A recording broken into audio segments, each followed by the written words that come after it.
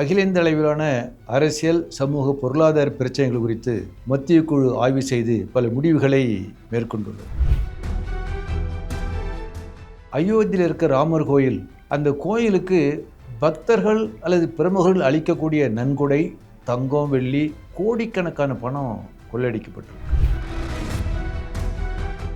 அடுத்து நீட் தேர்வு நடத்துகிற நேரத்தில் கேள்வித்தாள் கசிவு ஏற்பட்டு மீண்டும் தேர்வு நடத்தி மிகப்பெரிய ஊழல் என்பது நடந்திருக்கு.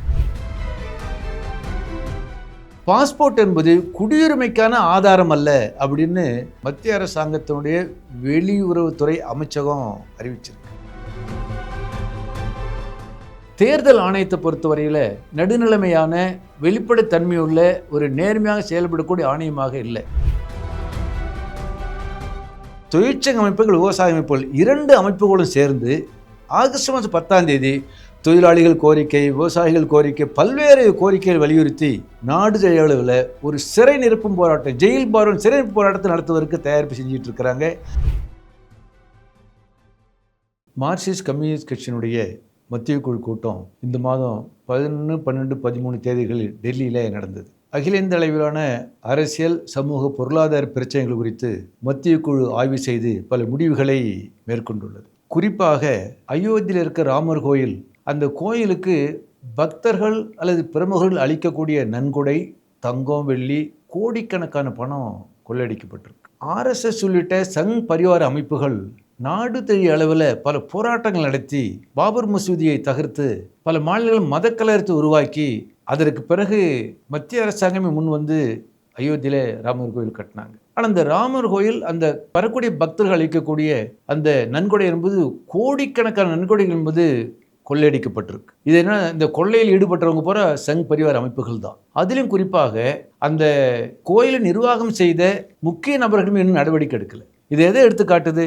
பக்தி அல்லது தேசத்தினுடைய உண்மையான அக்கறை, இதற்கு அப்பால இதற்கு விரோதமாக அந்த அங்கே இருக்கக்கூடிய சங் பரிவார அமைப்புகள் கொள்ளையடிச்சிருக்காங்க அப்படின்னு சொன்னால் அவங்க வந்து ஒரு ஆன்மீகம் அல்லது பக்தி, கடவுள் நம்பிக்கை, அதற்கு அப்பால் அந்த மதத்தை பொறுத்தவரையில் அரசியல் அதிகாரத்து வருவதற்கும் ஆதிக்கத்தை தக்க வைப்பதற்கும் அதை பயன்படுத்துகிறாங்களே ஒழிய பார்த்தீங்கன்னா உங்களுக்கு வந்து மிகப்பெரிய அளவு கொள்ளை நடந்து அவங்களுடைய சங்பர அமைப்புகளுடைய அந்த பக்தி மற்றதெல்லாம் வேஷம் என்பது உங்களுக்கு வந்து பெருமளவுக்கு அம்பலமாயிருக்கு. அடுத்து நீட் தேர்வு நடத்துகிற நேரத்தில் கேள்வித்தாள் கசிவு ஏற்பட்டு மீண்டும் தேர்வு நடத்தி மிகப்பெரிய ஊழல் என்பது நடந்திருக்கு. அதுபோல் CBSE அந்த தேர்விலையும் கேள்வித்தாள் கசிவு ஏற்பட்டு மிகப்பெரிய ஊழல் முறைகேடு நடந்திருக்குன்னு சொன்னால் சங் பரிவாரங்கள் உள்ளிட்ட பாஜக என்பது வித்தியாசமான கட்சி அல்ல, அது ஊழல் மலைந்த கட்சி என்பது தான் சமீபத்தினுடைய நடவடிக்கை வளர்ச்சி போக்கு என்பது சுட்டிக்காட்டுது.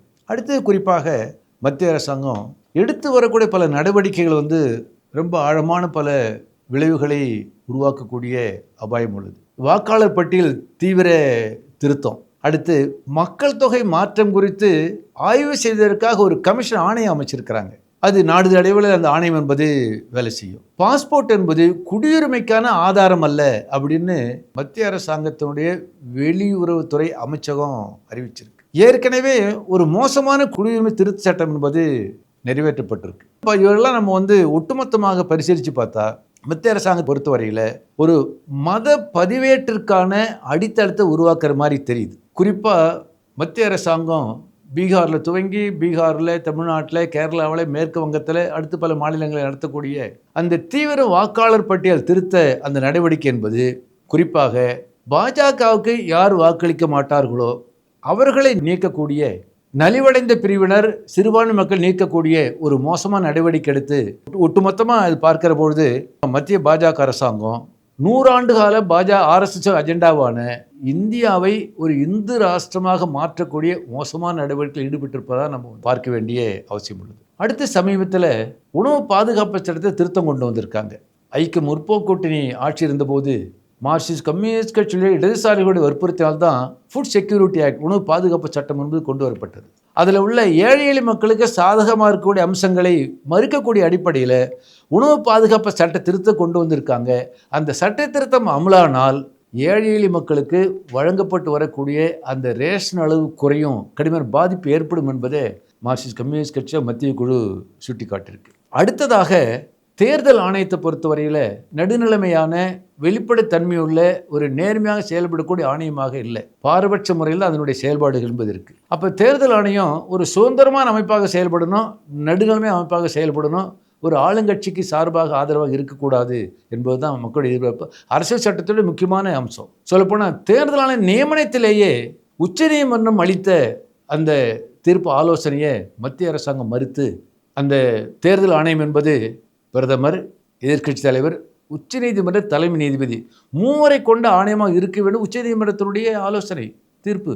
ஆனால் அதுக்கு ஒரு சட்டத்தை கொண்டு வந்து இப்போது மத்திய அரசாங்கம் பிரதமர், எதிர்க்கட்சி தலைவர் அல்லது அமைச்சரவை இன்னொரு அமைச்சர்னு சொன்னால், அப்படிப்பட்ட ஒரு அந்த தேர்தல் ஆணையத்தை நியமனமே உங்களுக்கு வந்து ஒரு ஜனநாயக விரோதமான ஒரு நடைமுறையை கடைப்பிடிக்கிறாங்க. அப்படிப்பட்ட தேர்தல் ஆணையம் குறிப்பாக ஒரு நேர்மையான ஒரு வெளிப்படைத்தன்மையுள்ள அப்படிப்பட்ட அமைப்பாக செயல்படுவதற்கு மார்க்சிஸ்ட் கம்யூனிஸ்ட் கட்சி பொறுத்தவரையில் மார்க்சிஸ்ட் கம்யூனிஸ்ட் கட்சி மட்டுமல்ல மற்ற ஜனநாயக இயக்கங்களை இணைத்து ஒரு வலுவான இயக்கத்தை பிரச்சாரத்துக்கு செல்ல வேண்டும் என்பது மார்க்சிஸ்ட் கம்யூனிஸ்ட் கட்சி என்பது முடிவெடுத்திருக்கு.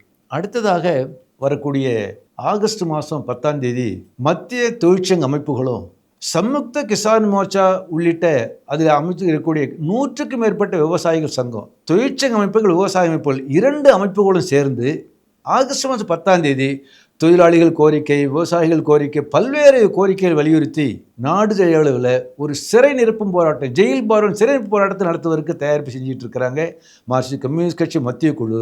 அந்த விவசாயிகள் தொழிலாளர்கள் நடத்தக்கூடிய அந்த மகத்தான போராட்டத்தை ஆதரித்து வெற்றி பெற செய்ய வேண்டும் என்று கட்சியுடைய மத்திய குழு முடிவெடுத்திருக்கிறது.